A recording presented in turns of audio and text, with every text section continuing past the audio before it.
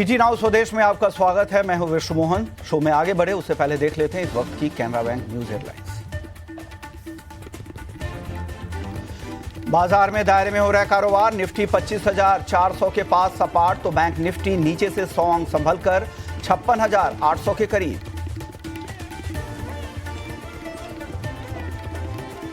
DAC से 1 लाख करोड़ के रक्षा खरीद की मंजूरी ने डिफेंस शेयरों में भरा दम। गार्डन रीच, मझगांव डॉक और कोचीन शिपयार्ड 1.5 से 2% ऊपर। बीएल, बीडीएल और बीएमएल में भी मजबूती। मजबूत बिजनेस अपडेट से बजाज फाइनेंस करीब 3% चढ़कर निफ्टी का टॉप गेनर। बजाज फिनसर्व और श्रीराम फाइनेंस 1 से 1.5% तक मजबूत। रियल्टी शेयरों में रौनक। फीनिक्स और गोदरेज प्रॉपर्टीज 1.5 से 2% मजबूत। प्रेस्टीज और डीएलएफ में भी खरीदारी।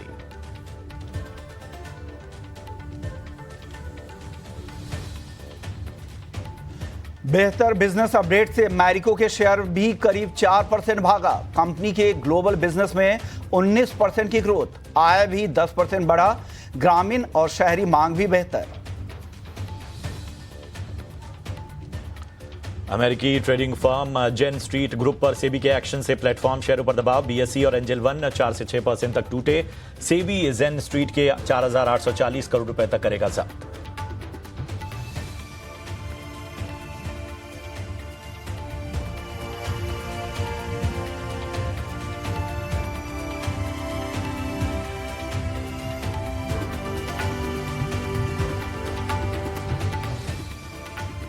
नमस्कार, स्वागत है आपका। आप देख रहे हैं यो स्टॉक्स। मैं हूं आपके साथ प्रशांत पांडे और मेरे साथ है मेरे सहयोगी विश्व मोहन। और हम दोनों अगले 1 घंटे आपके तमाम सवालों के जवाब एक्सपर्ट से जानेंगे।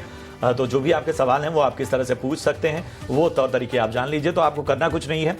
स्क्रीन के हिस्से में जो है एक नंबर आप फ्लैश होता हुआ देख रहे हैं। इस नंबर पर कॉल करके, व्हाट्सएप करके या फिर मैसेज करके आप अपने सवाल हम तक पहुंचा सकते हैं। यही नहीं, सोशल मीडिया पर अगर आप एक्टिव हैं तो चाहे इंस्टाग्राम हो, फेसबुक हो या ट्विटर, ये यहाँ पर आप अपने सवाल पोस्ट कीजिए, हम सवालों को शामिल करेंगे। यूट्यूब पर भी आप कॉमेंट बॉक्स में अपने सवाल हम तक पहुंचाइए, लेकिन सवाल जरा स्पष्ट भेजिए।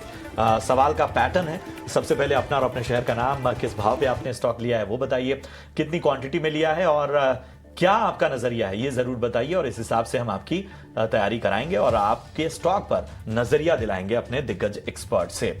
यूट्यूब पर आप जो सवाल पूछेंगे उनके जवाब हम बीच बीच में चर्चा में शामिल करते रहेंगे। तो कमेंट बॉक्स में ये शो लाइव देखते वक्त भी आप अपने सवाल पूछ सकते हैं। चलिए, इन सबके बीच में जरा बाजार का एक चेक ले लेते हैं। बाजार में देखिए, आज हम देख रहे हैं कि इस वक्त एक दायरे में बाजार साफ तौर पर नजर आ रहा है, भले ही हरे निशान में हो, लेकिन साफ तौर पर निफ्टी 25,400 के पास सपाट नजर आता हुआ। बैंक निफ्टी देखिए, यहां पर भी एक रेंज बाउंड ही मोमेंटम नजर आ रहा है। 56,800 के पार इस वक्त निकलता हुआ बैंक निफ्टी। अगर हम निफ्टी के गेनर्स की लिस्ट आपके सामने लेकर आ पाए तो आप देखेंगे बजाज फिनांस 2.25% मजबूत इस वक्त होता हुआ। इसके अलावा बजाज फिनसर्व लगभग 1% से ज्यादा की तेजी। विप्रो में 0.5% से ज्यादा की मजबूती देखने को मिल रही है। हीरो मोटो भी 0.5% से ज्यादा मजबूत है। इटर्नल यहां पर 0.5% से ज्यादा की तेजी है और श्रीराम फाइनेंस में भी 0.5% तक की मजबूती हमें देखने को मिल रही है। गिरावट कहां है? निफ्टी के टॉप लूजर्स की लिस्ट अगर हम आपके सामने लेकर आए तो आप देखिए, ट्रेंट यहां पर 7.5% की गिरावट। निफ्टी का टॉप लूजर ट्रेंड यहां पर। टाटा स्टील 1.25% टूटा हुआ। एसबीआई लाइफ में भी 1.25% की गिरावट। टेक महिंद्रा, मारुति सुजुकी में 1% तक की गिरावट हमें देखने को मिल रही है। तो निफ्टी गेनर्स और लूजर्स की जानकारी आपके सामने रख दी। मार्केट ब्रेथ भी एक बार चेक हम कर लेते हैं। आप देखिए, मार्केट ब्रेथ में 1682 शेयर फिलहाल ऐसे हैं जो कि हरे निशान में कारोबार कर रहे हैं। 907 शेयर ऐसे हैं जो कि इस वक्त लाल निशान में कारोबार करते हुए नजर आ रहे हैं। तो ये तमाम चीजें जो हैं वो आपके सामने हमने लेकर आया। और हमारे साथ आज दिग्गज मार्केट एक्सपर्ट शरण लीलाने हमारे साथ स्टूडियो में मौजूद है। शरण, अच्छा लग रहा है आपको स्टूडियो में इस वक्त पाकर? और अच्छा लग रहा है। बाजार जो है हालांकि दायरे में है, लेकिन बताइए, जब आमतौर पे इस तरह का बाजार होता है जो एक कह सकते हैं कि करेक्शन के दौर से फिर एक दायरे में नजर आता है तो मौके भी देता है, यहां से आपको क्या लगता है इंडेक्स स्तरों पर क्या रणनीति रखी जाए? देखिए, लॉन्ग टर्म इन्वेस्टर के लिए मैं एक ही कहना चाहता हूँ, मार्केट बाय ऑन डिप्स है। ट्रेंड चेंज नहीं हुआ है, ट्रेंड बहुत ही स्ट्रांग है। मगर मंडे से मैं कह रहा था थोड़ा प्रॉफिट आप ले लीजिए, प्रॉफिट लेना भी बहुत ज़रूरी है। मार्केट खाली एक वन साइडेड नहीं चलता है, ऊपर नीचे होते हुए आगे बढ़ता है। तो अभी भी मुझे लग रहा है निफ्टी 25,300 दिखा सकता है। आगे वाले हफ्ते के लिए कोई ट्रिगर नहीं है, टैरिफ की न्यूज़ आने वाली है, नेगेटिव भी आ सकती है, तो आपको थोड़ा डिप भी देखने को मिल सकता है। मगर 25,300 25,250 एक अच्छा लेवल है वापस बाय ऑन डिप्स की स्ट्रैटेजी बनाने के लिए। बैंक निफ्टी सिमिलर 57,000 लेवल तोड़ दिया है। अब मुझे नेक्स्ट सपोर्ट 56,500 और 56,000 के लिए दिख रहे हैं, मगर बैंक निफ्टी से पॉजिटिव रहेगा और मुझे लग रहा है आगे चल के भी आउट परफॉर्म करेगा। ओके, तो यानी बैंक निफ्टी आगे भी आउट परफॉर्म करता दिखेगा और यहाँ पर, और बाजार ओवरऑल आपको लग रहा है कि यहाँ पे बाई ऑन डिप की स्ट्रैटेजी के साथ यहाँ पर काम करना चाहिए। चलिए कुछ दर्शकों को भी शामिल करते हैं। हमारे पहले दर्शक फोन लाइन पर मौजूद है, महेंद्र नाम है उनका। बताइए महेंद्र जी, क्या सवाल है आपका? हाँ, good morning sir ji. Good morning. हाँ, मैंने एक्चुअली रेमंड रियलिटी के जो अभी लेटेस्ट जो डीमर्जर हुआ था, तो उसके 245 शेयर्स मैंने लिए हुए हैं। एज अ रेट है 983 पे। ओके, और भी कोई दूसरा स्टॉक आपने जो भेजा है वो इंडियन होटल का है? ना, बस यही एक ही है, 245 स्टॉक है इसके। ओके, तो इसके लिए कुछ आपका सजेशन है कुछ सर? ओके शरण जी, क्या लग रहा है, क्या राय देंगे? तो मैं पूरे ही रेमंड के ग्रुप के बारे में बोलना चाहता हूँ। पिछले 3 दिनों से बात कर रहे हैं, प्राइस एक्शन काफ़ी नेगेटिव है। मैं तो कहूँगा एक बार आप लॉस लेके एग्जिट कर लीजिए। जब रिजल्ट आता है 2 या 3 हफ्ते में, तभी आप सोचिए क्या करना है। मुझे मालूम है लॉस लेना बहुत ही डिफिकल्ट है, मगर फिर भी मैं कहूँगा अगर आप लॉस नहीं ले सकते, एक आज का डे लो का स्ट्रिक्ट स्टॉप लॉस 860, अगर 860 के नीचे अगर क्लोज करता है कोई भी रीज़न के लिए, इमीडिएट एग्जिट कीजिए। प्राइस एक्शन नेगेटिव है, पूरे ग्रुप का ही प्राइस एक्शन नेगेटिव है, रेमंड लाइफस्टाइल। तो ओवरली नेगेटिव प्राइस एक्शन और जो स्टॉक्स नीचे स्तरों पे चल रहे हैं तो उसमें निवेश करने की राय नहीं रहती है, मगर फिर भी 860 स्ट्रिक्ट स्टॉप लॉस वो हिट हो जाए तो एग्जिट कर दीजिए। चलिए, तो ये है राय, आपको एक बेहतर रणनीति आपको मिलती हुई। चलिए बढ़ते हैं आगे। मुकेश हमारे अगले दर्शक हैं, हमारे साथ फोन लाइन पर जुड़े हैं। मुकेश जी गुड मॉर्निंग, कहां से बात कर रहे हैं?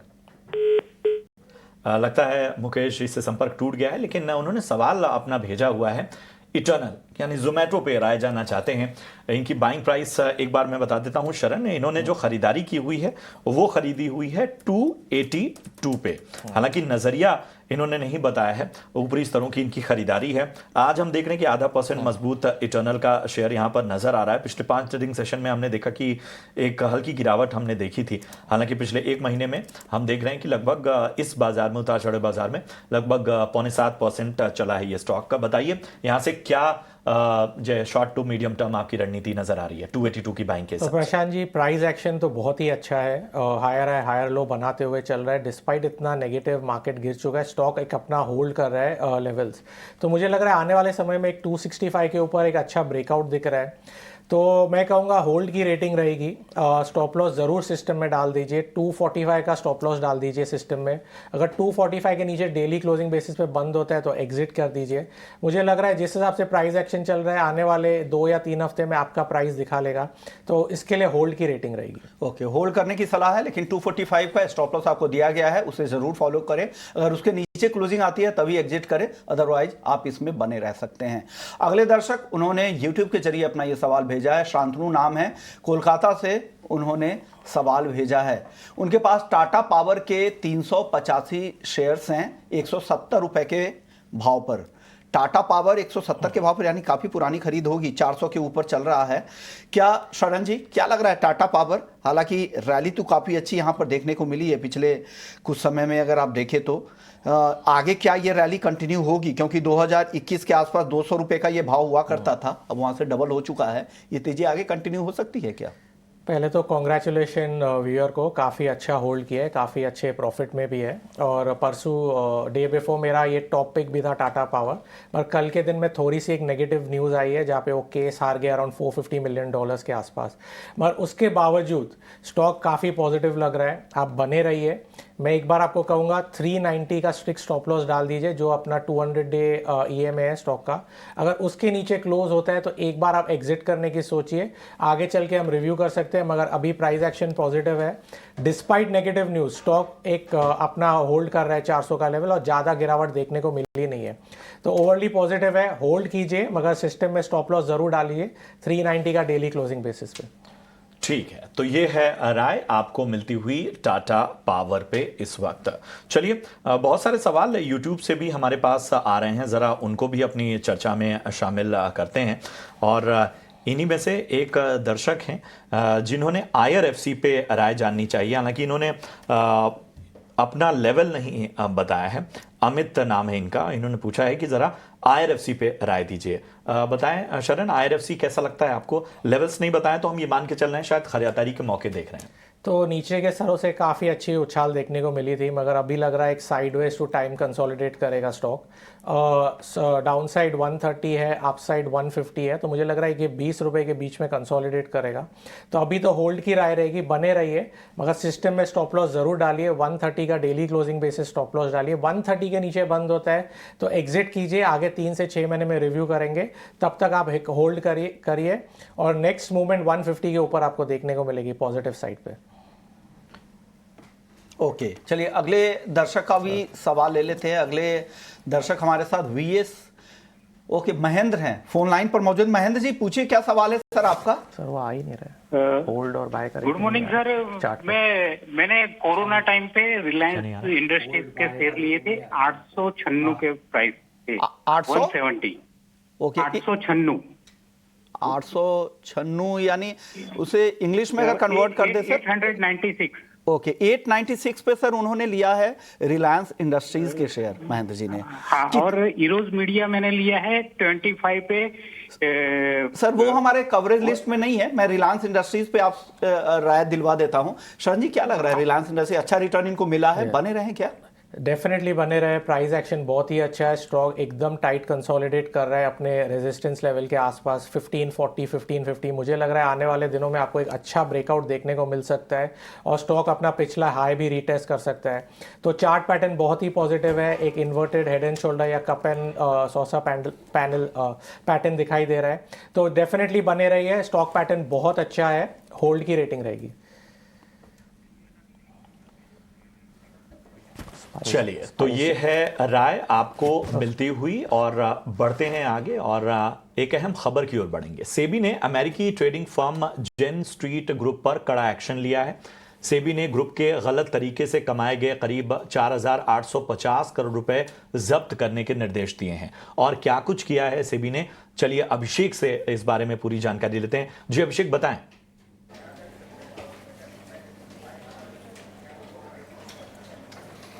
जी बिल्कुल, देखिए यूएस की ट्रेडिंग फर्म है, यहाँ की एक ब्रोकिंग फर्म है जेन स्ट्रीट कैपिटल LLC, और उन पर भारत के मार्केट रेगुलेटर सेबी ने रोक लगा दी है और वो भारत में शेयर बाजार में शेयर बेचने, खरीदने या फिर किसी तरह की सिक्योरिटीज़ में वो डील नहीं कर पाएंगे। इंडेक्स ऑप्शंस में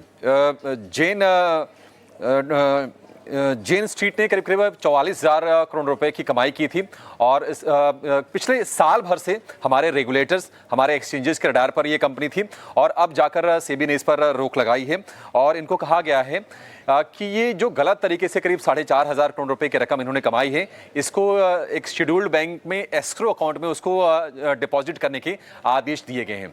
साथ ही बैंकों को ये निर्देश भी दिया गया है कि वो अलाउ ना करें जेन स्ट्रीट कैपिटल को पैसे निकालने के लिए, तो ये एक्शन लिया गया है। देखिए, ये अमेरिका की एक ब्रोकर है, एक ट्रेडिंग फर्म है, और हमने देखा है कि भारतीय बाजार में पिछले कुछ सालों में जो विदेशी फर्म्स हैं उनकी भागीदारी काफ़ी बड़ी है, और उसके चलते यहाँ पर जो वायदा बाजार की जो वॉल्यूम है वो काफ़ी तेज़ी से ऊपर गए हैं। जेन स्ट्रीट ग्रुप एग्जैक्टली करती क्या है? देखिए, ये ग्लोबल प्रोप्राइटरी ट्रेडिंग फर्म है, न्यूयॉर्क में कंपनी का मुख्यालय है, और ये कंपनी ETF, ऑप्शंस और हाई फ्रिक्वेंसी ट्रेडिंग करती है और उसके जरिए प्रॉफिट ये जनरेट करती है। साथ ही क्वांट स्ट्रेटजी और लिक्विडिटी प्रोविजन के लिए कंपनी जानी जाती है, और पिछले साल दुनिया भर में जो कुल ट्रेडिंग रेवेन्यू रहा वो $20 बिलियन से भी ज़्यादा करा था। और 2024 में अगर हम भारत की बात करें तो इनका जो ट्रेडिंग से जो इन्होंने कमाई की थी करीब $2.25 बिलियन के आसपास ही इन्होंने कमाई की थी। इस पर अब सख्ती हो गई है और रोक लग गई है और ये कंपनी, इसके दुनिया भर में दफ्तर हैं, हांगकांग में दफ्तर है इसके अलावा अमेरिका, यूरोप, एशिया में इनकी अच्छी मौजूदगी है। ये एक्शन लिया क्यों गया है? देखिए, अनलॉफुल गेन्स की तो बात आई है, लेकिन हम देख रहे हैं कि लगातार सीबी जो कि मार्केट रेगुलेटर है वो चाहता है कि रिटेल जो ट्रेडर है वो वायदा बाजार में आके फंसे ना, अपने पैसे ना गंवाएं, क्योंकि दुनिया का 90% जो वॉल्यूम एफएनओ का आ रहा है वो भारत में आ रहा है अकेले, और काफ़ी तेज़ी से ग्रो हुआ है, मल्टीफोल्ड हमने ग्रोथ देखी है। मार्च 2024 में FNO turnover record 8,740 lakh crore रुपए पर पहुंच गया था, जबकि मार्च 2019 में, यानी कि 5 साल पहले, यह सिर्फ 217 लाख करोड़ रुपए पर था। और हमने देखा है कि रिटेल की बढ़ती भागीदारी और नुकसान के चलते सीबी एक्शन में आया। सीबी की रिपोर्ट कहती है कि एफएनओ में 90% लोग अपने पैसे गंवाते हैं। उसके बाद सीबी ने कई सारे मैकेनिज्म अपनाए। हमने देखा कि लॉट साइज बढ़ाए गए, सर्विलांस को काफ़ी तगड़ा किया गया, मार्जिन के रिक्वायरमेंट को भी काफ़ी बढ़ाया गया। तो कई सारे सीबी ने टाइम पर कदम उठाए हैं। वीकली एक्सपायरी को लिमिट किया गया, और उसी कड़ी में अब चूंकि निगरानी चल रही थी तो जेन स्ट्रीट को लेकर मार्केट रेगुलेटर सीबी ने यह कदम उठाया है। क्या करेंगे अभिषेक आपका इस अहम जानकारी के लिए। तो तमाम अहम खबरें आखिर इस पूरे अहम एक्शन से जुड़ी हुई आप देख सकते हैं कि इन सब की तमाम डिटेल्स हमने आपके सामने रखी। तो जेन स्ट्रीट ग्रुप पर सेबी के इस बड़े एक्शन के मायने क्या हैं, इस पर खास चर्चा के लिए हमारे साथ बेहद खास मेहमान जुड़ चुके हैं। हमारे साथ रुद्रमूर्ति साहब जुड़ चुके हैं वाचना इन्वेस्टमेंट से। Rudramurthy sir, thank you so much अपना कीमती समय देने के लिए। हमें ज़रा बताइए कि इस पूरे एक्शन के क्या मायने हैं और आपका नज़रिया क्या कहता है। पहला, first of all, today's market बहुत फ्लैट है, thanks for no participation from Jane Street. और मैं टोटल जेन स्ट्रीट का ये क्या, सेबी ने उसको इंट्रीम ऑर्डर से जेन स्ट्रीट को अभी कैपिटल मार्केट से बैन किया है। Their total profit is 36,500 crore in last just 2 years, और they are saying only about 4,843 crore has been done through one of these alleged manipulation. पहला हम लोग ये समझना कि like what Jane Street was doing, very simple, expiry day trading days they will select, और वो क्या करता है, they will first buy stock futures, especially for example ICICI को buy करो, HDFC को buy करो, and then later what you do, buy put options in index, because bank nifty ka 40-50% control is only with 2 stocks, that is HDFC Bank and ICICI Bank.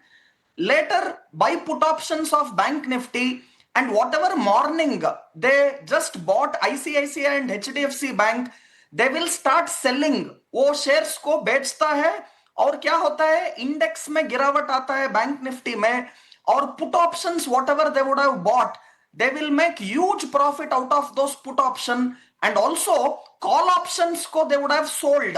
So the call option selling plus the put option buying, because of leverage, they will make huge gains. ये सभी what I'm telling is there in the numbers.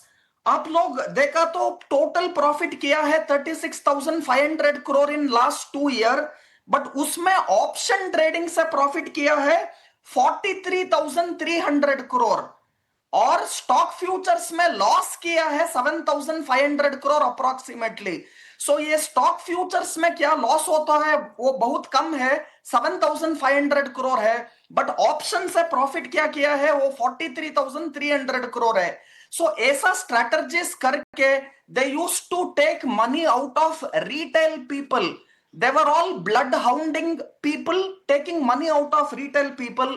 Or I want to congratulate SEBI for this wonderful move what they have done, because retail people have to be saved. Earlier expiry to everyday expiry tha. I was just tweeting saying that Monday you have some expiry of mid cap nifty, Tuesday IT expiry, Wednesday bank nifty, Thursday you will have expiry of nifty, Friday you will have another expiry. So finally Saturday Sunday traders expiry hota tha pehla, but later SEBI ne, they just banned all these daily expiries. They increased the lot size. They also gave enough warnings But not only Jane Street, there are many more people similar to Jane Street, but might be at a smaller size and quantity who were there still in market. अभी सब लोग का पहला Jane Street का or even other people who are there doing similar activities, there has been definitely a clear warning given by the exchange and interim order has been passed, which is very good for retail people. बिल्कुल सही कहा आपने। और ये वाकई इस तरह की जो स्क्रूटनी है, इस तरह की जो रडार पे आते हैं सेबी के, वो बहुत आवश्यक है रिटेल इन्वेस्टर्स के हित में। रुद्रमूर्ति सर, आमतौर पर इस तरह की जो खबरें होती हैं या इस तरह की प्रैक्टिसेस जो होती हैं, वो किस तरह से सेंटिमेंट खराब करती हैं? और हम जानते हैं कि भारत जो है वो किस तरह से डेरिवेटिव मार्केट में एक अपना एक अलग मुकाम बनाता जा रहा है। कॉन्ट्रैक्ट के हिसाब से दुनिया का सबसे बड़ा डेरिवेटिव मार्केट है भारत। तो पूरे सेंटिमेंट को कैसे देखा जाए? वेरी इंपॉर्टेंट, हम लोग रिटेल व्यूअर्स को भी ये कहना कि पहला है, वॉरेन बफेट क्लियरली बोलता है, people lose money in market because no one wants to make money slowly. Everyone wants to make profits very fast, and that is the number one reason why people lose money in market, especially in trading, especially in derivatives. And let me tell you, very important, because of these measures, now retail people are saved. हम लोग in future we will not see that 100-200 point kind of a move. Put options trading at 1 rupee, 2 rupee were moving to 100 rupees, 150 rupees.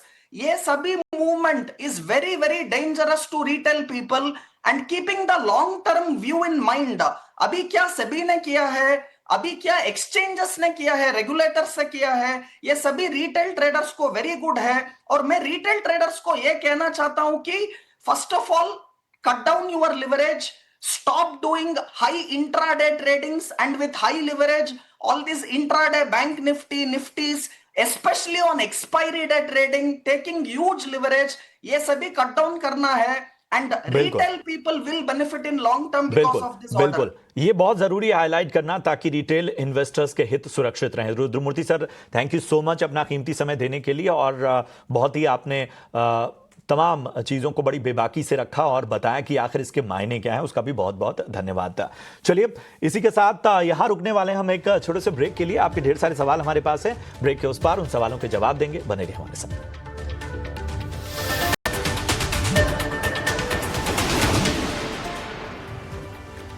Break के बाद आपका स्वागत है और आप देख रहे हैं योर स्टॉक्स। शो में आगे बढ़े उससे पहले एक अहम अपडेट आपको दे देते हैं। महीने की शुरुआत में अक्सर बड़े बड़े पैसों के काम होते हैं, जैसे सैलरी आती है, बिल भरने होते हैं, खर्चों की प्लानिंग होती है। लेकिन जिस तरह हम अपने खर्चों की प्लानिंग करते हैं, उसी तरह अपने निवेश की प्लानिंग करना उतना ही ज़रूरी है।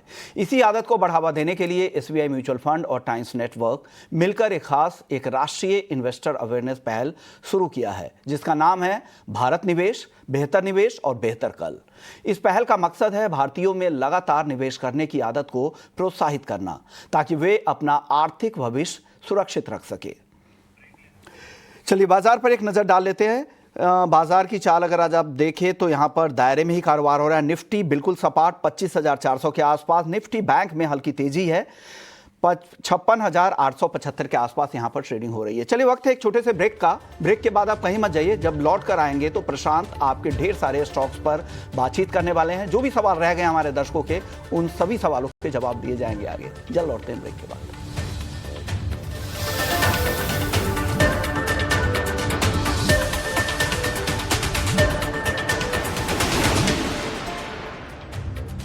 तो आप थोड़ा थोड़ा पानी पी सकते हैं। अगर आप बहुत ज़्यादा खाने के टाइम पे पानी पिएंगे तो उससे ब्लोटिंग हो सकती है, जो डाइजेस्टिव एंजाइम्स हैं वो थोड़े से डाइल्यूट हो जाते हैं। तो थोड़ा थोड़ा पानी खाने के साथ पिएंगे तो वो आपको एक्चुअली डाइजेशन में हेल्प करेगा। मीठा खाने के तुरंत बाद पानी पी सकते हैं क्या? ये कल्चरल बिलीफ है जो मना करते हैं पीने के लिए। अगर आपने कुछ बहुत गर्म खाया है जैसे कि हलवा, और उसके बाद अगर आप एकदम स्ट्रेट अवे ठंडा पानी पी लेते हैं तो इरिटेशन होगा, गले में थोड़ा सा खराश जैसा लगेगा, थोड़ा सा सेंसिटिविटी हो सकती है, तो गैप दीजिए। अगर नॉर्मल टेम्परेचर का पानी है वो एक्चुअली आपको हेल्प करेगा आपका pH मेंटेन करने के लिए, क्योंकि चीनी आपने खाई है। दूसरा, वो कैविटीज से भी आपको प्रिवेंट करेगा। तो अपनी बॉडी को सुनिए, समझिए और कुछ भी ब्लाइंडली फॉलो मत कीजिए। तो आपको ये तो पता चल गया कि आखिर पानी पीने का सही तरीका क्या है और कितनी मात्रा में पानी पीना चाहिए, लेकिन अब सवाल उठता है कि आखिर पानी की कमी के कंसर्न क्या है।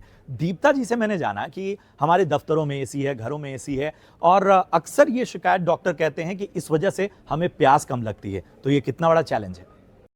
ये बहुत ज़रूरी और अक्सर अनदेखा किया गया सवाल है। हम सब आजकल डिहाइड्रेटेड प्रोफेशनल्स बन चुके हैं। एसी में बैठकर हमें पसीना आता ही नहीं है, इसलिए प्यास भी नहीं लगती। लेकिन इसका मतलब ये नहीं है कि शरीर को पानी की ज़रूरत नहीं है। एसी की हवा शरीर में नमी खींचता है, स्किन ड्राई हो जाती है, सिर भी दर्द होता है, थकान महसूस होती है, मूड स्विंग्स होते हैं और ये सब डिहाइड्रेशन है।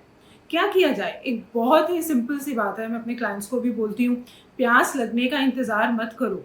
दिन में थोड़ा थोड़ा पानी पीते रहो, अपने पास पानी रखो, 2-3 घूंट ही सही। अगर आपको ऐसा लगता है कि आप पानी नहीं पी पा रहे हैं तो कुछ नेचुरल एनर्जी ड्रिंक ले लीजिए, नारियल पानी ले लीजिए, नींबू पानी ले लीजिए, थोड़ा सॉल्ट डाल दीजिए, इलेक्ट्रोलाइट्स भी मैनेज रहेंगे, बैलेंस रहेंगे। चाहे कैसा भी मौसम हो, पानी की ज़रूरत आपको है। आपका हेडेक प्रिवेंट रहेगा, फटीग नहीं होगा, डिजीनेस नहीं होगी, आपका मूड बराबर रहेगा, राइट? आपकी स्किन भी अच्छी रहेगी, इम्यूनिटी भी अच्छी रहेगी और डाइजेशन भी अच्छा रहेगा। तो जी हाँ, ये थी पानी की कहानी और तौर तरीके कि आखिर पानी पीने का सही तरीका क्या है, कितनी मात्रा में पीना चाहिए और आखिर इसकी वजह से कौन कौन सी मुश्किलें आ सकती हैं। तो उम्मीद करते हैं कि ये वीडियो आपको पसंद आया हो। इसी तरह की और भी जानकारियां हम आपके लिए लेकर आएंगे।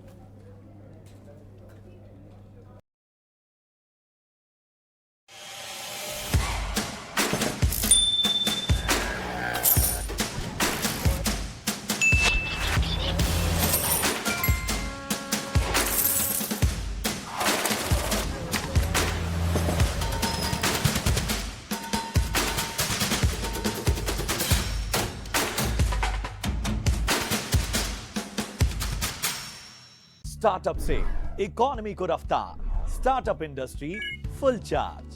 बिजनेस वर्ल्ड में स्टार्टअप की संभावनाएं अपार। एंटरप्रेन्योर्स बताएंगे कॉस्ट हो कम, कैसे बेस्ट बनेंगे हम। इंफॉर्मेशन, इंस्पिरेशन, मोटिवेशन, स्टार्टअप मंत्र में स्टार्टअप का संसार। देखिए स्टार्टअप मंत्र हर शुक्रवार शाम 7:30 बजे सिर्फ ईटी नाउ स्वदेश पर।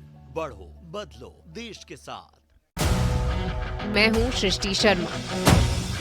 शेयरों के फंडामेंटल फंडे हों या टेक्निकल रिसर्च, मैं निकालूंगी आपके फायदे की बात। काफी उतार चढ़ाव देखने को मुझे जरूर आई है। ऑटो सेक्टर के माइलेज पर पैनी नजर। ऑटो शेयरों की जो रफ्तार है वो काफी। बड़ी कंपनियों के बिग डेवलपमेंट्स और अंदर की खबर। कोई बाइंग अपॉर्चुनिटी भी दिख रही है न्यूज के चलते। देखिए बाजार की हर बारीक बात सृष्टि शर्मा के साथ। बाजार का मोमेंटम भी बहुत शानदार है। सबका मूव आज बाजार में देखने को मिला है। ग्लोबल बाजारों का हर अपडेट सबसे पहले और सबसे सटीक, निष्पक्ष तरीके से बाजार की सभी खबरें, आईपीओ बाजार के हर एक्शन पर नजर, इंडस्ट्री का हर ट्रेंड सबसे पहले, ताकि आप बने कंपनियों की तरक्की में भागीदार। मेरे साथ जुड़िए रोज और जानिए ट्रेड के साथ निवेश के सभी मौके। शेयर बाजार में 1 दशक से ज्यादा का अनुभव। रिटेल निवेशकों के लिए जरूरी हर एक्शन पर नजर। बाजार का सबसे सटीक और सही विश्लेषण। Mid cap, small cap, SMEs में हर मौके पर नजर। आपके मुनाफे की हो बात या नुकसान से बचाने की बात, शरद दुबे के साथ आपके काम की सभी बात सिर्फ ईटी नाउ स्वदेश पर।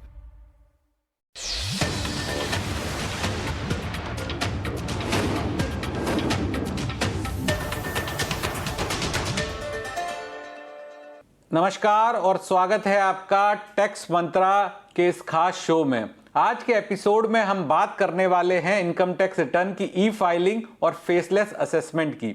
ई फाइलिंग क्या होती है, इसके क्या फायदे हैं, कौन कर सकता है ई फाइलिंग, और आईटीआर फाइल करते समय किन बातों का ध्यान रखना चाहिए। सिर्फ यही नहीं, हम आपको यह भी बताएंगे कि फेसलेस असेसमेंट यानी बिना ऑफिस जाए, बिना ऑफिसर से मिले ऑनलाइन असेसमेंट की प्रक्रिया को किस तरह से पूरा किया जा सकता है, इस स्कीम का क्या मकसद है, अगर आपको नोटिस मिला है तो उसका जवाब कैसे दिया जाए, किन मामलों में जो फेसलेस असेसमेंट की स्कीम है वो लागू नहीं होती है और अपील की जो प्रक्रिया है वो क्या है। इन सभी सवालों के जवाब देने के लिए हमारे साथ खास मेहमान जुड़ रही है। हमारे साथ आज हैं doctor Pallavi Darade, principal commissioner of income tax Mumbai. तो चलिए शुरुआत करते हैं टैक्स मंत्रा की इस खास चर्चा में। डॉक्टर दराड़े, बहुत बहुत स्वागत है आज टैक्स मंत्रा के इस स्पेशल एपिसोड में। सबसे पहले मैं शुरुआत करना चाहूंगा, जिस तरह से हमारा टॉपिक है ई फाइलिंग का, तो ई फाइलिंग जो हमारे नए दर्शक हैं उनको इजी भाषा में आप बता पाएं कि ई फाइलिंग क्या होती है और इसके क्या क्या फायदे हैं।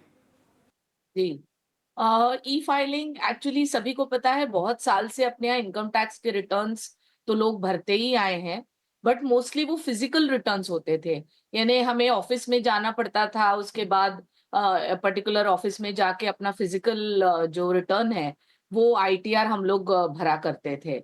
बट अभी ऐसा हुआ है कि ये वाली फिजिकली आपको जाके रिटर्न भरने की जरूरत नहीं है।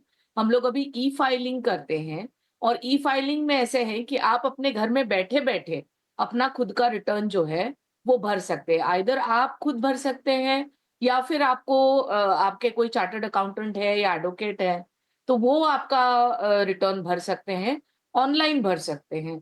तो इसको ई फाइलिंग की सुविधा जो है वो इनकम टैक्स डिपार्टमेंट में शुरू की है, ताकि सब लोग अपनी ही सहूलियत से घर में बैठे हुए जो बहुत ऑनलाइन सारे अपनी जो रिटर्न्स हैं ऑनलाइन रिटर्न भर सकते हैं, यानी जो नए इनकम टैक्स पेयर हैं और जिनका इतना कॉम्प्लिकेटेड इनकम प्रोसेस नहीं है, केवल सैलराइड इनकम ही है, और जिस तरह से इनकम टैक्स डिपार्टमेंट में आजकल टेक्नोलॉजी को अपनाया है, तो ई फाइलिंग के जरिए प्रोसेस काफ़ी सिंपल है। चंद मिनटों में आप पूरी रिटर्न की प्रक्रिया को कंप्लीट कर सकते हैं। और हमने देखा है कि अभी पूरा दौर भी चल रहा है, हर कोई रिटर्न फाइलिंग के लिए अपने सीए की बात कर रहा है या फिर सीए से सलाह मशवरा कर रहा है। तो ये प्रोसेस जो ई फाइलिंग का है ऑन योर ओन भी किया जा सकता है? हाँ हाँ बिल्कुल, हम लोग खुद ये रिटर्न भर सकते हैं। और मैं ये कहती हूँ कि 2006 और 2007 में ये प्रोसेस अपना ई फाइलिंग का शुरू हुआ था, जिसमें सबसे पहले हमने कंपनीज और फर्म्स है ना, जो बड़े लोग होते हैं जिनके पास प्रॉपर अकाउंट्स होते हैं या फिर ऑडिटेड अकाउंट्स होते हैं, तो 2006-2007 में ही हमने ये उनके लिए इनकम टैक्स डिपार्टमेंट ने उनके लिए ई फाइलिंग की शुरुआत की थी। अभी तो सारे ही लोग, जैसे इंडिविजुअल भी हो, कंपनीज भी हो, फर्म्स भी हो, लोकल अथॉरिटीज भी हो, ट्रस्ट भी हो, है ना, तो सारे ही लोग अभी ई फाइलिंग करते हैं या करना उनको जरूरी है। तो पहले ये था कि आप फिजिकल रिटर्न भरिए, अभी तो सभी लोगों को ऑनलाइन जो है, हमारा वेबसाइट है incometax.gov.in, तो इसके ऊपर जाके आपको अपना रिटर्न जो है, ई फाइलिंग पोर्टल है, वहां आप वहां जाके खुद को रजिस्टर कर सकते हैं। और एक बार आपने वहां रजिस्टर खुद को कर लिया तो हमारा जो आईटीआर का सेक्शन है, वहां जाके अपना जो आईटीआर जो है, इनकम टैक्स रिटर्न जिसे हम कहते हैं, उसे हमें डाउनलोड कर लेना है और डाउनलोड करके फिर उसमें सारी डिटेल्स जो है अपनी भर लेनी है। सबसे पहले तो आपको रजिस्टर करना है। जी बिल्कुल। तो जिस तरह से आपने इनकम टैक्स की वेबसाइट की बात कही कि रिटर्न भरने के लिए उस वेबसाइट पर जाइए और प्रक्रिया को आसानी से पूरा करिए, लेकिन कई सारे और भी पोर्टल्स हैं जो कि दावा करते हैं कि उनके पोर्टल पर आकर इनकम टैक्स रिटर्न भरा जा सकता है। तो क्या उन पोर्टल से बचना चाहिए या फिर उन पोर्टल की भी मदद ली जा सकती है? देखिए, इंफॉर्मेशन आप चाहे जहां से ले लें, बट इनकम टैक्स का साइट तो एक ही है, गवर्नमेंट का साइट तो एक ही है और आपको रिटर्न वहीं से भरना पड़ता है, ठीक है ना। सो जैसे incometax.gov.in जो है, इसमें से ही आपका रिटर्न भरा जा सकता है, बट बहुत सारे अलग अलग साइट्स हैं जहां से आपको इंफॉर्मेशन मिल सकता है कि किस तरह से भरना है, क्या डिटेल्स डालनी है। ये सारी डिटेल्स अपने साइट पे भी है, गवर्नमेंट के साइट पे भी बहुत अच्छी तरह से हेल्प के लिए हमने बहुत सारे वीडियोस बनाए हैं, बहुत सारे प्रेजेंटेशंस हैं तो एक बार आप उस साइट पे चले जाएंगे और आप थोड़ा सा ब्राउज कर लेंगे तो पूरी डिटेल्स, बिल्कुल एकदम माइन्यूट डिटेल्स भी आपको मिल जाएंगी कि किस तरह की तैयारी करनी है, कौन लोग भर सकते हैं, कौन सी डेट्स हैं, क्या क्या उसके और भी प्रावधान है। तो ये सारी चीजें भी हमारे साइट पे बिल्कुल अवेलेबल है। बट हाँ, बहुत अलग और भी साइट्स यहाँ बहुत सारी हैं जो आपको इंफॉर्मेशन देती हैं, बट डूज और रिटर्न तो डोंट्स की हमको बात करें, हम डूज और डोंट्स की बात करें, क्योंकि कई सारे जो नए टैक्स पेयर्स हैं वो इनकम टैक्स की वेबसाइट पे जाके रिटर्न फाइल करेंगे। तो डूज और डोंट्स की बात करें तो क्या जो है वो नहीं करना है, उससे बचना चाहिए जिससे किसी भी तरह की पेनल्टी का आप शिकार ना हो? जी, बहुत इंपॉर्टेंट क्वेश्चन आपने पूछा है। जो डूज है वो मुझे लगता है बहुत हमको ध्यान दे के करना चाहिए। जो आप आईटीआर का फॉर्म चूज करते हैं तो वो ध्यान से चूज करिए। इंडिविजुअल्स के लिए अलग फॉर्म है, कंपनीज के अलग फॉर्म है, फर्म्स के लिए अलग फॉर्म है, ट्रस्ट के लिए अलग फॉर्म्स है। तो आप आपकी जो एंटिटी है, आप जो है, अगर इंडिविजुअल है तो आपको एक फॉर्म भरना है, अगर फर्म है तो अलग फॉर्म भरना है, कंपनी है तो अलग फॉर्म भरना है। तो ये आपको ध्यान रखना चाहिए।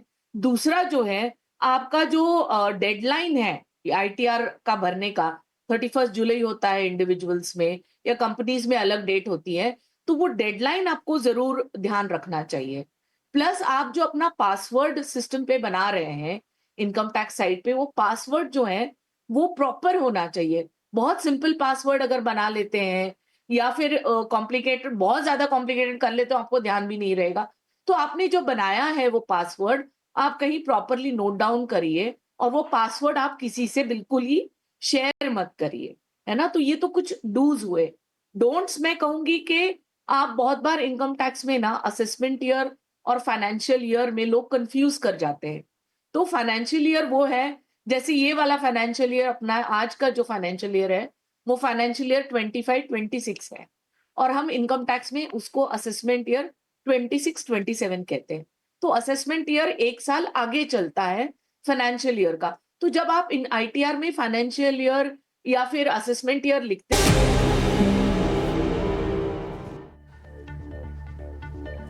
एसएमई आईपीओ से सावधान। इस खास मुहिम में हम लगातार आपको आगाह करते आ रहे हैं। हमारा मकसद आपको उन एसएमई आईपीओ से सावधान करने का है जिसमें आपके पैसे डूब जाने का खतरा है। शरद दुबे आज फिर से कई एसएमई आईपीओ पर स्पेशल रिसर्च लेकर हाजिर हैं। शरद, जरा बताएं आज आपकी फाइंडिंग्स क्या कहती हैं?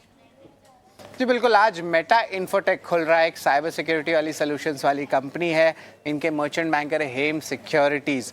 यहाँ पे कुछ फैक्टर्स है जिस पे जो है नज़र रहेगी, कुछ कंसर्न्स पहले बताऊंगा और कुछ पॉजिटिव्स भी है, उस पर भी हमारी नज़र रहने वाली है। याद रखिए जो आईपीओ फंड जो मेजॉरिटी प्रमोटर की जो एग्जिट है उसको लेके हो रही है, तो ऑफकोर्स यहाँ पे जो है सवाल तो ज़रूर उठेंगे कि आगे जाते हुए कमिटमेंट क्या रहेगा। मार्जिन्स की बात करें तो लगभग 6.6% का मार्जिन्स आ रहा है।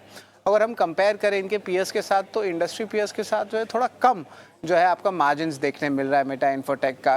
इंटरेस्टिंगली ऑपरेटिंग कैश फ्लोज, ये कंपनी में जनरली जो है कैश फ्लोज ऑपरेट होते हैं पॉजिटिव, यहाँ पे देख रहे हैं नेगेटिव ऑपरेटिंग कैश फ्लोज आ रहा है, यानी कि वर्किंग कैपिटल का जो स्ट्रेस है वो देखने मिल रहा है। लेकिन याद रखिए इंडस्ट्री टेलविंड्स बहुत अच्छा है साइबर सिक्योरिटी सॉल्यूशंस का, जिस तरह हम देख रहे हैं कितने सारे जो है negative news flow, cyber security frauds, ये सब देखने मिल रहे हैं। और इसके अलावा जो आरओई है, जो रिटर्न ऑन इक्विटी कहते हैं, वो लगभग 32.5% का, यानी कि पीएस से बेहतर है। तो जो है मिले जुले संकेत जो है मेटा इन्फोटेक में आ रहे हैं जब हम इसकी आरएचपी एनालिसिस करें। लेकिन याद रखिए मार्जिन्स पे और ऑपरेटिंग कैश फ्लोज पे जो है ऑफकोर्स थोड़े कंसर्न जरूर रेज हो रहे इस आईपीओ के लिए। बिल्कुल, तो मेटा इन्फोटेक का इसके तमाम पहलुओं को शरद ने आपके सामने रखा। मार्जिन और ऑपरेटिंग कैश फ्लो को लेकर कंसर्न्स बने हुए हैं। सीए तपन दोषी साहब हमारे साथ इस वक्त चर्चा में जुड़े हुए हैं। तपन जी, जरा अपनी एक्सपर्ट एडवाइस दीजिए, कैसा लग रहा है आपको? तमाम बातें तो खैर शरद ने बताई, लेकिन थोड़ा एक्सपर्ट नजरिया भी चाहिए। जी प्रश्न जी, देखिए जिस तरह से शरद ने बोला ना कि यहाँ थोड़े कंसर्न्स भी है लेकिन पॉजिटिव्स भी है। अगर आप लोग कंसर्न से पहले बात कर लेना तो उनका आप देखें तो जो 75% जो बिजनेस होता है ना वो 5 क्लाइंट से ही आ रहा है, और वो क्या कर रहे हैं कि वो परचेज कर रहे हैं, जो उनका परचेज होता है उसमें से 85% OEM से ही आ रहा है। खुद की ब्रांड कम है, ओके, तो इसलिए मार्जिन एक्सपेंशन वहां नहीं हो, इसलिए हम लोग देख रहे हैं कि इनका मार्जिन थोड़ा लेस है। और बीएफएसआई सेक्टर में उनका ऑलमोस्ट 72% टोटल रेवेन्यू वहीं से ही आ रहा है।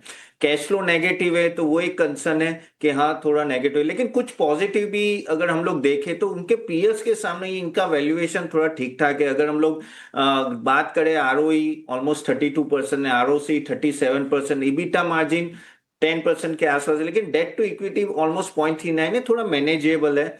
लॉन्ग टर्म क्लाइंट्स जो उनके पास कॉन्ट्रैक्ट में वो है बैंक्स, गवर्नमेंट, पीएसयू, तो वहां एक बेहतर है। अगर जिस तरह से साइबर सिक्योरिटी का ग्रोथ हो रहा है ना, 15 से 20% का ग्रोथ हम लोग एक्सपेक्ट कर सकते हैं। और अभी तो पता है हमें कितना वो हो रहा है सिक्योरिटी इश्यूज, तो यहाँ बिजनेस अच्छा ग्रो कर सकता है। अभी अगर वैल्यूएशन देखें तो 21 के पी पे अभी चल रहा है। मेरे हिसाब से यहाँ चांसेस है कि आपको लिस्टिंग गेन्स मिले, लेकिन क्योंकि ये एसएमई है और रिस्क प्रोफाइल थोड़ा ऊपर नीचे, तो यहाँ कॉशियस रहूंगा। तो आप जिनको भी इन्वेस्ट करना, खुद का रिस्क प्रोफाइल लेके आप इन्वेस्ट कर सकते हैं, लेकिन मेरा व्यू कॉशियस होगा यहाँ। शुक्रिया करेंगे तपन जी आपका इस अहम रणनीति के लिए, और तमाम बातें बहुत स्पष्ट तरीके से आपने बताएं कि आखिर चिंताएं कहाँ हैं और कहाँ पर एक जो है वो मिक्स्ड बिजनेस जो है वो साफ तौर पर नज़र आ रहा है। तो कोशिश हमारी यही रहती है कि आप एक पारदर्शिता, एक ट्रांसपेरेंसी लाएं और आपको एसएमई आईपीओ में इन कंपनियों के तमाम जानकारी, उनके फंडामेंटल, उनके कारोबार, उनकी चिंताएं, इन सभी से वाकिफ कराएं, और ये मुहिम लगातार हमारी जारी रहेगी। चलिए एक बार फिर से आपके सवालों की ओर बढ़ते हैं। हुसैन ने सवाल भेजा है दोहा से, कतर से इन्होंने सवाल पूछा है, टीटागढ़ रेल पर राय जानना चाहते हैं। मैं एक बार बाइंग प्राइस निमेश जी बता देता हूं। इनके पास 500 शेयर हैं, 975 की इनकी बाइंग है और 1 से 2 महीने का नजरिया लेकर चल रहे हैं। बताइए क्या करना चाहिए टीटागढ़ रेल पे? 1 से 2 महीने के नजरिए के हिसाब से 975 की बाइंग है, नुकसान यहां झेल रहे हैं। देखिए, स्टॉक के अंदर एक काफी अच्छा करेक्शन हम लोगों ने देख लिया है, और जिस तरह से चार्ट स्ट्रक्चर है, मेरा मानना है कि करेक्शन जो है वो खत्म हो गया है। डेली चार्ट्स के ऊपर एक डबल बॉटम पैटर्न जो है वो बनी है, और एक स्टॉक के अंदर एक रिकवरी के बाद एक छोटा कंसोलिडेशन जो है वो हो रहा है। मेरा मानना है कि ऊपर की तरफ जो रेजिस्टेंस एरिया फेस कर रहा है वो 970 के आसपास, जो 200 दिन की मूविंग एवरेज है, वो एक रेजिस्टेंस एरिया फेस कर रहा है। जैसे ही 970 के ऊपर ब्रेकआउट आता है, तो मेरा मानना है कि स्टॉक के अंदर काफी अच्छा रनअप देखने को मिल सकता है। तो फिलहाल बने रहने की सलाह है। नीचे की तरफ स्टॉप लॉस की बात करें तो 870 के नीचे आप स्टॉप लॉस लगा के होल्ड कर सकते हैं, और जैसे ही 970 का लेवल ब्रेक करता है, जो 200 दिन की मूविंग एवरेज है, रेजिस्टेंस एरिया है, तो वो ब्रेक होने के बाद स्टॉक में मेरा मानना है कि ऊपर में 1150 तक के लेवल आपको देखने को मिल सकते हैं। तो ऑलरेडी करेक्शन खत्म हो चुका है और स्टॉक ट्रेंड रिवर्सल दिखा रहा है। मेरा मानना है कि आपको होल्ड करना चाहिए। ठीक है, तो होल्ड करने की आपको सलाह। टीटागढ़ रेल में लेवल्स का विशेष रूप से ध्यान रखिएगा। चलिए यहां रुकेंगे अब हम एक खास सेगमेंट की, और ये हमारा ऑप्शंस के चैंपियन।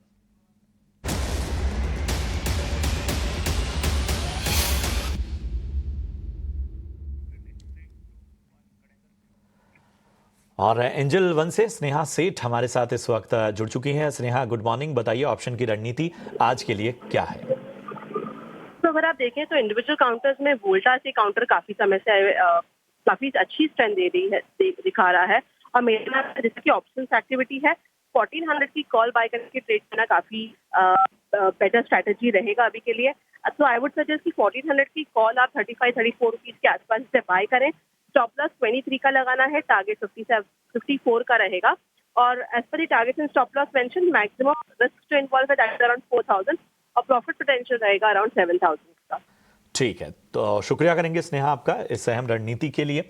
तो वोल्टास 1400 की जो कॉल है वो आपको खरीदनी है 34 के प्रीमियम पे। लक्ष्य यहाँ 53 रुपए का, और जो स्टॉप लॉस है वो आपको 23 रुपए का रखना है। अधिकतम मुनाफा जो है वो 7000 तक का नजर आ सकता है। नुकसान यहाँ पर 4000 तक के हो सकते हैं। लेकिन इसके साथ ही आपको सेबी का स्टैंडर्ड रिस्क डिस्क्लोजर भी बता देते हैं, जो बताता है कि 10 में से 9 लोग यानी 90% लोग फ्यूचर और ऑप्शन ट्रेडिंग में पैसे गंवाते हैं। इसलिए सोच समझकर ट्रेडिंग इनिशिएट करें, पक्की तैयारी हो तो ही आगे बढ़ें, और अपने वित्तीय सलाहकार यानी फाइनेंशियल एडवाइजर की सलाह जरूर लें। चलिए, तो इसी के साथ इस चर्चा में इतना ही। आपने दोनों ही खास मेहमानों का मैं शुक्रिया अदा करना चाहूँगा। शरण और निमेश जी, आप दोनों हमारे साथ जुड़े और दर्शकों के सवालों पर उनका जवाब दिया, बाजार पर मार्गदर्शन दिया, उसका बहुत बहुत धन्यवाद। चलिए, इस शो को समाप्त करें उससे पहले आपको विशेष जानकारी दे देते हैं। महीने की शुरुआत में अक्सर बड़े बड़े पैसों के काम होते हैं, जैसे सैलरी आती है, बिल भरने होते हैं, खर्चों की प्लानिंग होती है। लेकिन जिस तरह हम अपने खर्चों की प्लानिंग करते हैं, उसी तरह अपने निवेश की प्लानिंग करना भी जरूरी होता है। इसी आदत को बढ़ावा देने के लिए SBI म्यूचुअल फंड्स और टाइम्स नेटवर्क मिलकर एक खास राष्ट्रीय इन्वेस्टर अवेयरनेस प्रोग्राम शुरू कर रहे हैं, जिसका नाम है भारत निवेश, बेहतर कल। इस पहल का मकसद भारतीयों में लगातार निवेश करने की आदत को प्रोत्साहित करना है, ताकि वो अपने आर्थिक भविष्य को सुरक्षित कर सकें। चलिए, इसी के साथ इस शो में इतना ही। दीजिए इजाजत। आगे कमोडिटी की खबरें लेकर आएंगे विश्व मोहन। बने रहिए हमारे साथ। नमस्कार।